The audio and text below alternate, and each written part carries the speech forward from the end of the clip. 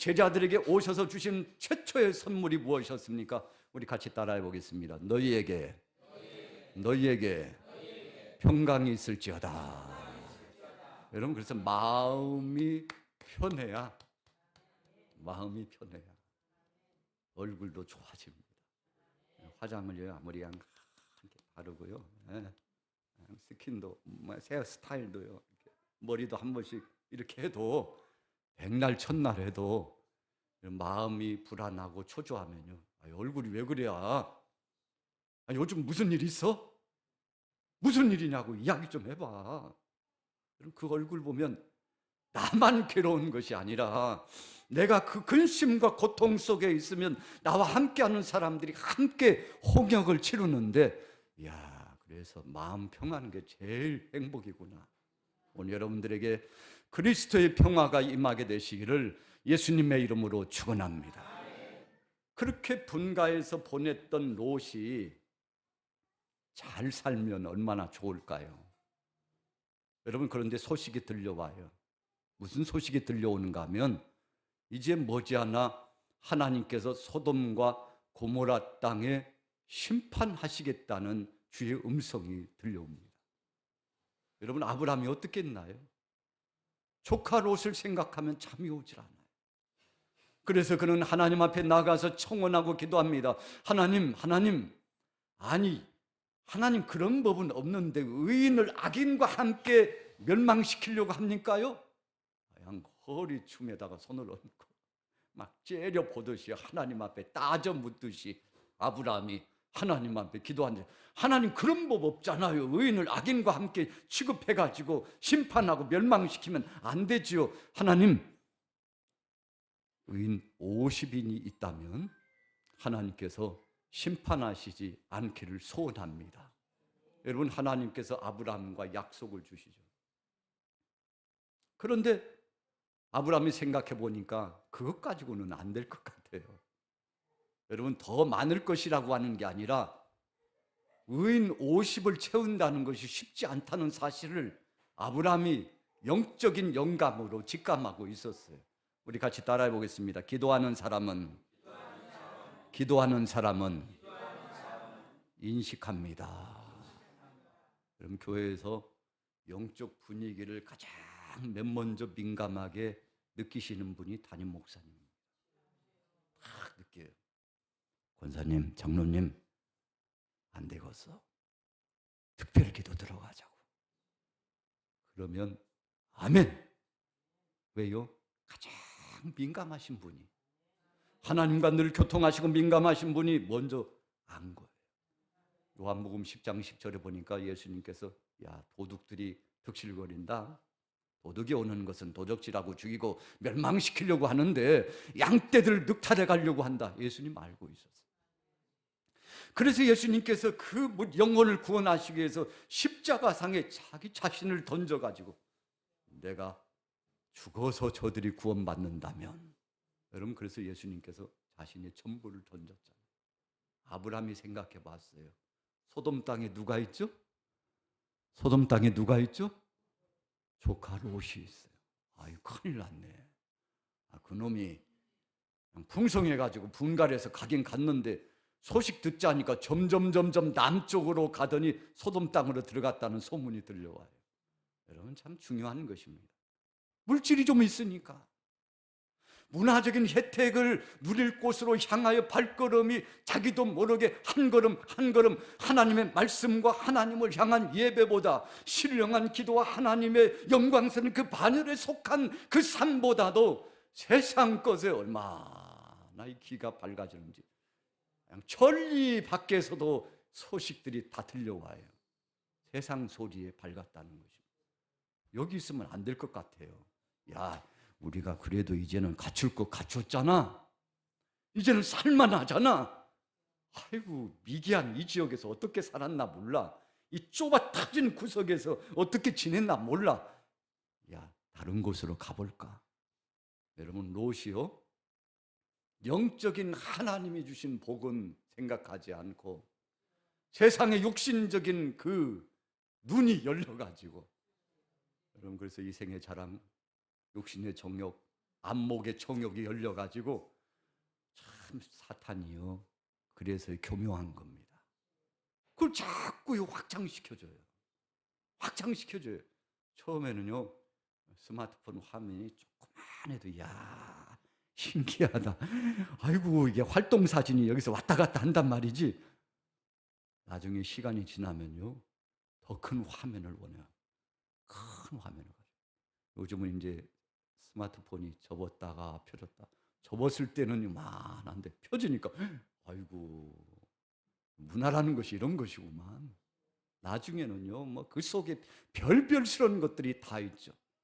여러분, 그래서 그것에 마음을 빼앗기고 생각을 빼앗기고 자신의 삶을 빼앗기도록 그렇게 유도해 나가는데 속아서는 안 됩니다. 할렐루야. 조카 롯이 속았습니다. 그래서 그것을 보고 점점 자기도 모르게, 아, 내가 왜 이런데야, 왜 이런데야, 아, 왜 이러, 왜 이러냐고, 아, 적당히 해야지 왜 그러냐고. 그렇게 가다가요, 소돔 땅에 갔는데 기가 막혀요. 자신의 자녀들도 이제 말을 듣지 않습니다. 여러분, 생명의 복음, 살리는 복음이 선포되는데 사이들이 뭐라고 그랬습니까? 아이고, 장인어른 농담도 좀 적당히 하시지요. 아, 세상이 무슨 심판이에요, 무슨 심판이.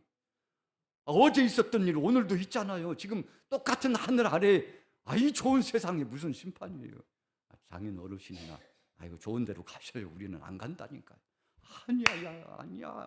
지금 당장 가야 돼. 지금 당장 가야 돼. 여러분, 그래도 롯에게는 신앙의 양심이 있어요. 그래도 민감했다는 것입니다. 그래서 깨어서 지금 즉시 가야 된다고. 그런데 사이들만 그랬나요? 자기 아내가요, 함께 가기를 원치 않아요. 아, 꼭 가야 될까? 아, 가야 된대. 지금 바로. 여러분, 그러나 롯의 아내가 마침내 뒤를 돌아봄으로써 소금 기둥이 되었지 않습니까? 롯이요, 하나님이 정하시는 곳으로 갈 수 없어요. 천사가 인도하는 곳에 따라갈 수 없어요. 그렇게나 멀리 가냐고. 좀 적당히 가자고. 저 앞 동산으로 가면 안 될까? 하나님, 저기로 가면 안 될까요? 멀리는 못 가겠어요. 이 발이 떨어지지 않아요.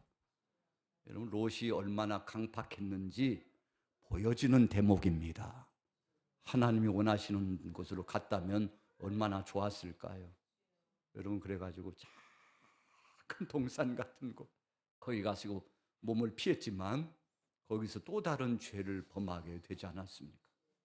아브라함은 하나님 앞에 기도했습니다. 하나님, 의인 10명만 있다면 소돔 땅을 심판하지 말아 주옵소서. 10명입니다. 하나님, 그래요, 10명입니다. 그래도 10명이라면 한번 해봄직하죠. 롯의 가정이 가족을 이루었으니까 아브라함이 계산했을지도 모르죠. 그래, 조카 롯과 그의 처와 또 두 딸에다가 사이들과, 아, 또 자녀들도 낳았을 거 아니야. 또 거기에 연결되는 친척들도 있을 거 아니야. 이래저래 저래 이래, 아이고, 얽히설킬 얽혀버리니까 아이고, 열은 좋게 되겠구나. 아, 그 가지고 열이 안 되겠어? 열이 안 되겠냐고. 여러분, 그래도 아브라함이 안도의 한숨을 쉬었죠. 그러나 어떻게 됐습니까? 의인열을 채우지 못했죠. 여러분, 의인열이 없었다는 것입니다. 하나님께서 소돔과 고모라 땅을 심판하셨습니다. 오늘 본문으로 돌아가 보십시오. 하나님이 사랑하는 백성들을 보니까 타락해가지고 하나님을 떠나고 신실한 믿음 지키지 못하고 더 이상 기도 생활 없습니다. 온전한 예배자의 모습 없습니다. 하나님이 안타까우신 거예요. 오늘 본문에 사랑하는 선지자 예레미야를 향하여서 하나님 말씀합니다. 그 말씀이 오늘 1절이에요. 같이 읽어볼까요? 1절 말씀 우리 같이 읽습니다. 시작.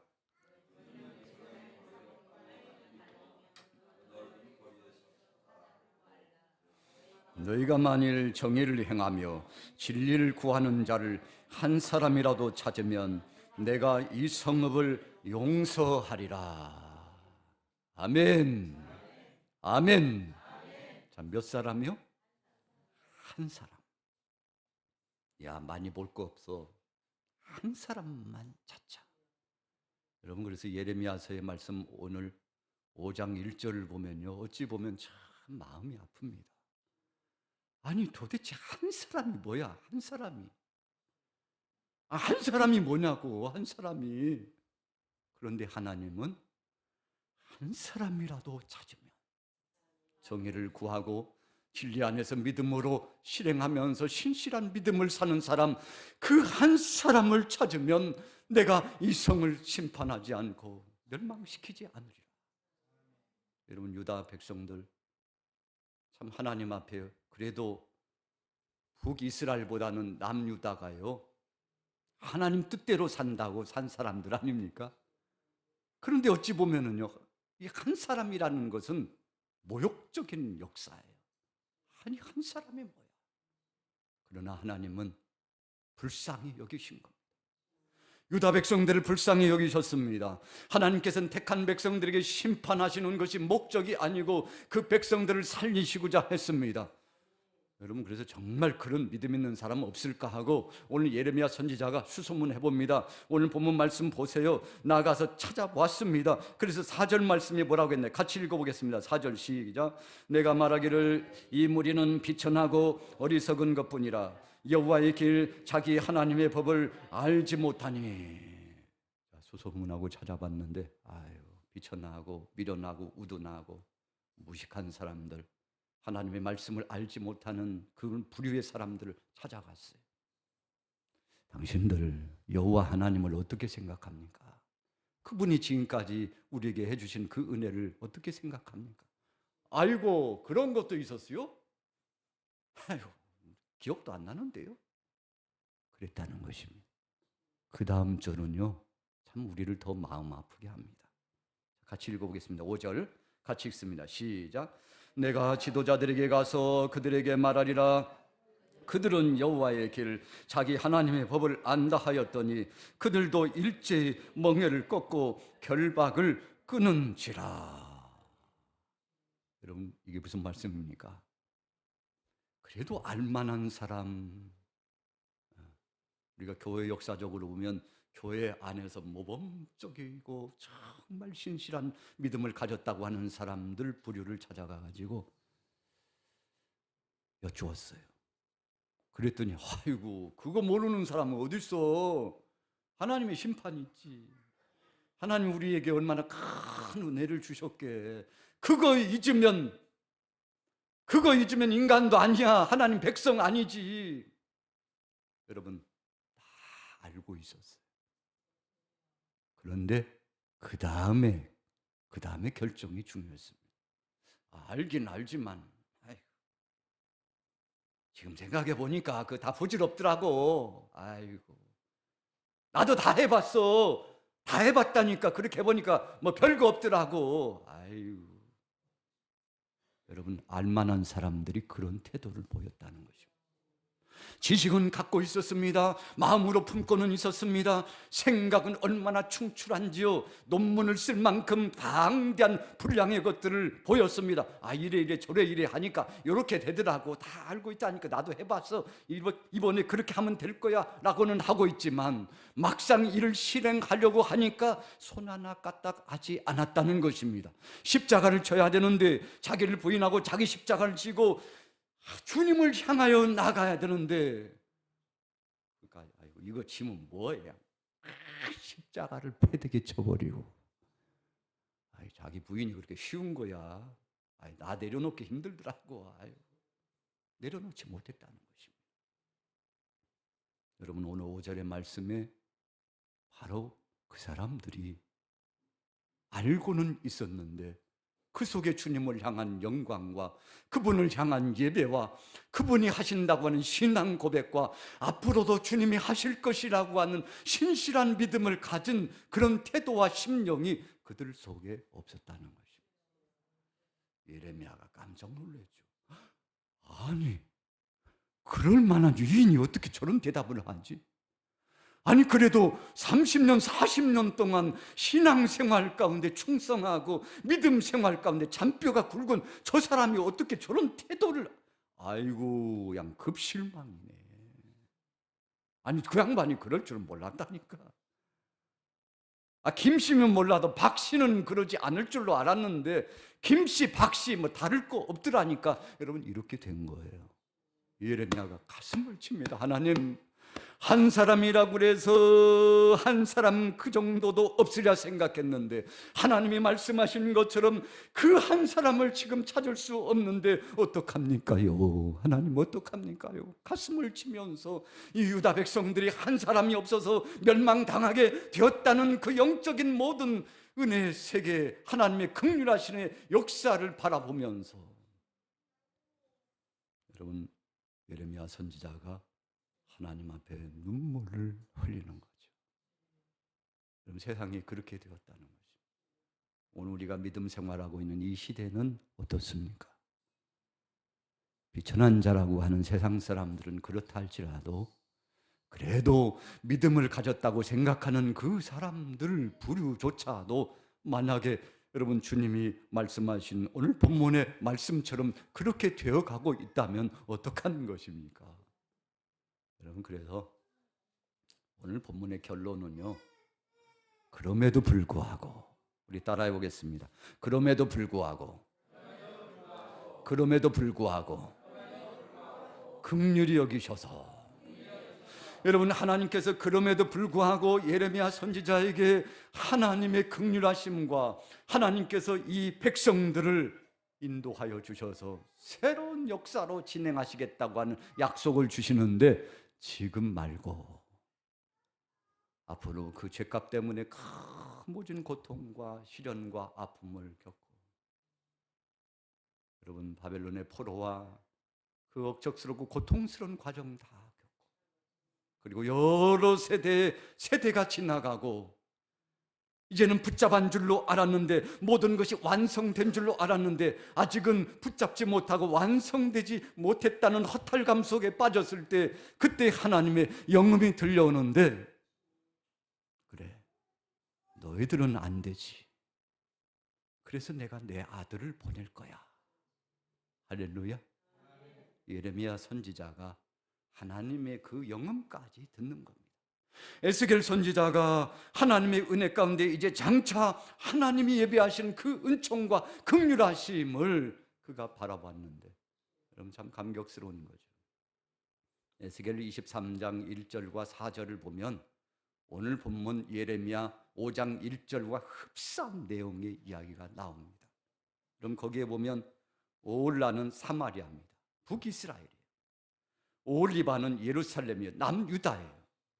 그런데 둘 다요, 타락하고 하나님 앞에서 영적 간음을 진행하는데, 하나님께서 참 마음이 아프신 그 마음을 선지자 에스겔에게 나타내 보여주시면서, 그럼에도 불구하고 내 백성이기 때문에 저들을 외세 세력을 통해서 치기는 치지만 그러나 상처받고 고통당한 그 흔적을 내가 감싸주고 저들을 치유해주고 저들에게 회복의 역사를 주시겠다고 하나님 말씀하는데, 여러분 그 한 사람이 누굽니까?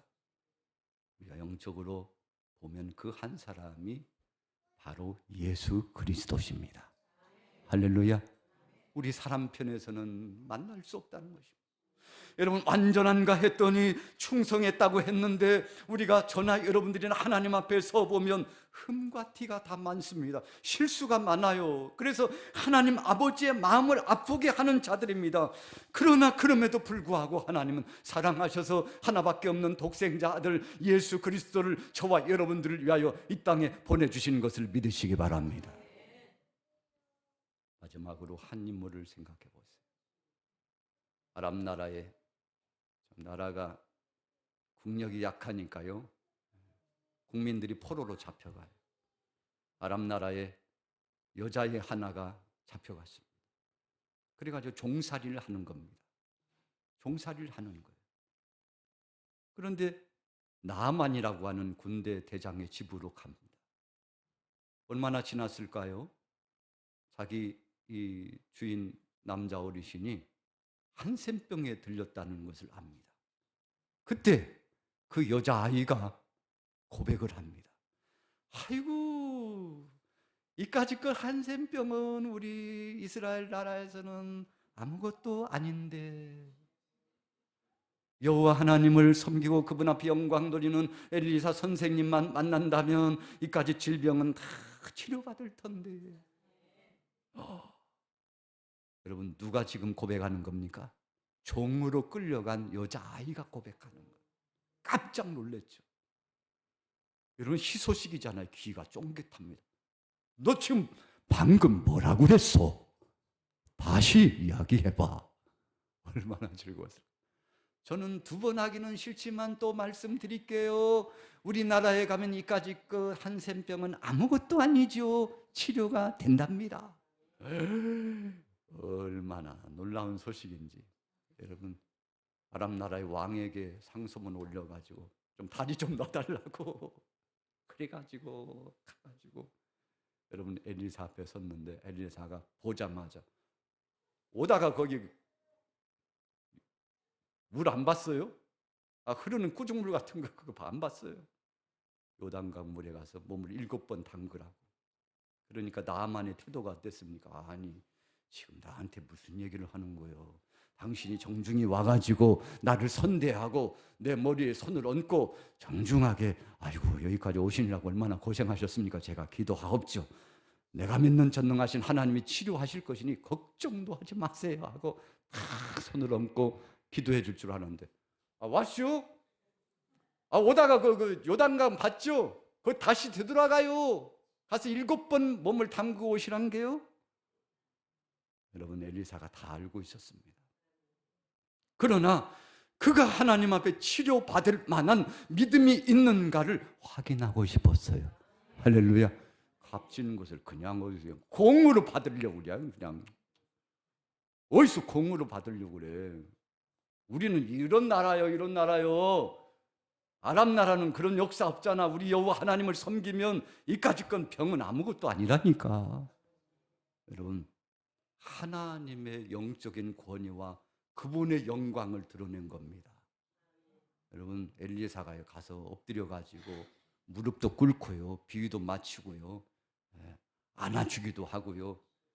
어서 오시라고 그냥 단숨에 달려가 가지고 그냥 숨을 헐떡거리면서 제가요 얼마나 기다렸는지 몰라요. 어서 들어오시라고. 여러분, 그러나 그렇게 하지 않기로 작정한 사람처럼 보여요. 왜요? 선한 자존심이 짓밟혔거든요. 여호와 하나님을 섬기는 백성들을 함부로 대했거든요. 하나님 앞에 예배하는 사람들을 능멸했거든요. 그러나 그래도 긍휼히 여기고 여호와 하나님을 섬기며 믿음을 갖는 사람들은 어떤 태도를 가져야 하나님이 긍휼히 여겨주시는지 당신 그 계급장 당장 뛰어. 계급장 뛰어. 요단강물에 7번 담그라는 것은 계급장 뛰라는 겁니다. 당신이 장군이면 장군이지 여기 와서도 장군이요? 하나님 앞에서도 장군이냐고. 계급장 뛰어. 나만이 깜짝 놀랐죠. 근데 이거 안 뛰려고요. 여러분, 조금 깊은 의미로 말씀드리는 겁니다.